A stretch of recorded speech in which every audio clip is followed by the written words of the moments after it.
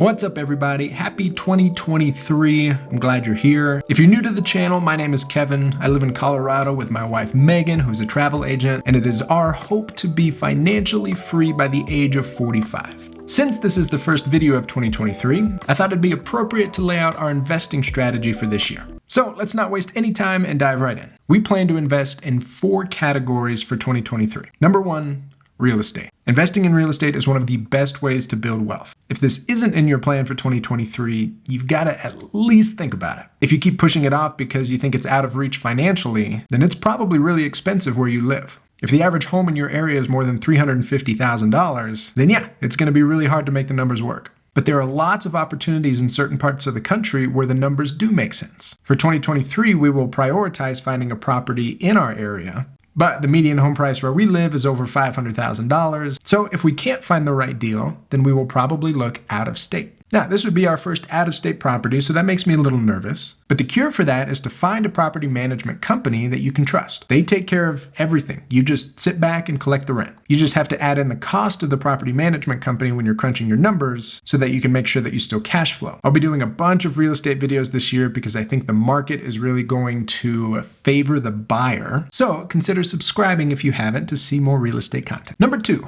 Retirement accounts. We currently have 3 retirement accounts. My wife has a Roth IRA, a traditional IRA, and I have what's called a SEP IRA. They are invested in the stock market and have absolutely tanked this last year. But that's okay because we can't touch these accounts until we're 59 and a half anyway. So we can ride this roller coaster of ups and downs because when we retire, it should be significantly higher no matter what. So for 2023, we will max out my wife's Roth IRA and then contribute to her traditional IRA up to her employer match and not a penny more. I don't have an employer match as a real estate agent, but my SEP IRA can help offload any taxable income that I have for 2022. So basically, if my tax bill is going to be really high, I can put money into my SEP IRA and decrease the amount of taxes that I'll have to pay. But it's not as great as it sounds. It's not a one-to-one deduction. So if my tax bill is $12,000, I can't put in $12,000 to my SEP IRA and just not pay taxes. The ratio of how much you put in to how much you get to take off your taxes is actually not great at all. So I probably won't end up contributing much to my SEP IRA this year. The Roth and the traditional IRA are going to be our main focus.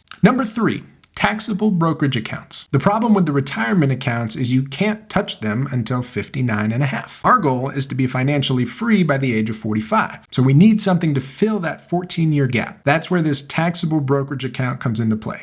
It's very similar to our retirement accounts, but the difference comes in with taxes. With a Roth, you're taxed upfront and don't pay taxes when you withdraw. With a traditional IRA, you're taxed when you withdraw, not when you put money in. With a taxable brokerage account, you're basically taxed on both sides. You're putting your after-tax money in, and you're being taxed on any withdrawals from the gains that you get on the account. But the big difference is you can pull the money out whenever you want. You don't have to wait until you're 59 and a half. So that's why this account is so important to our plan, because it will fill the gap between 45 and 59 and a half. 2023 will actually be the first year that we're starting this account. And I'm actually going to try and actively trade in the stock market. Once I get all this up and rolling, I hope to make some more videos on that content as well. And number 4, side hustle. A lot of people will probably lose their financial momentum this year if the recession gets worse. If you're in a steady job, you might not feel the effects as much. But if you're in an industry that doesn't perform well during recessions, your discretionary income is going to tighten and investing is going to be pushed to the back burner. If you want to retire by 45, you can't take a few years off from investing until it feels a little bit more comfortable to invest. As a real estate agent, my job is very cyclical.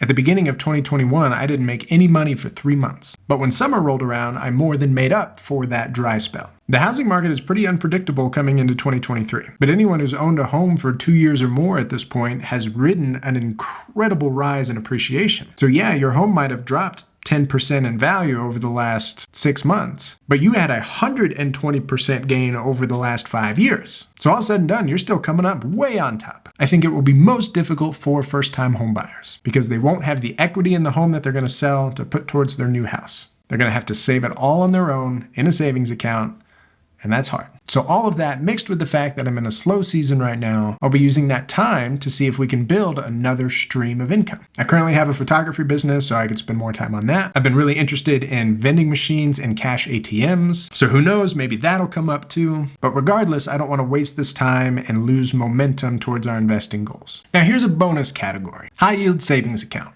We're going to be pretty cash heavy for the first part of 2023 because if a killer deal for an investment property comes up, we don't want to have to shift a bunch of money around to make it work. We just want to be able to say, yep, here you go. Right now, all of that money is just sitting in our regular savings account, and that savings account makes 0.01% interest. A high yield savings account can make 3% interest. So if you've got $20,000 sitting in there, over the course of a year, you'd get $2 if you kept it in a regular savings account, or $600 if you kept it in a high yield savings account. And we can still access the money whenever we want. So it's kind of like a no-brainer. So we'll be looking into that as well. But that's it. That's our roadmap for 2023. What are your investment plans for 2023? Drop them in the comments. I read them all. Thanks for watching. Hope you guys enjoyed the video, and I will see you next time.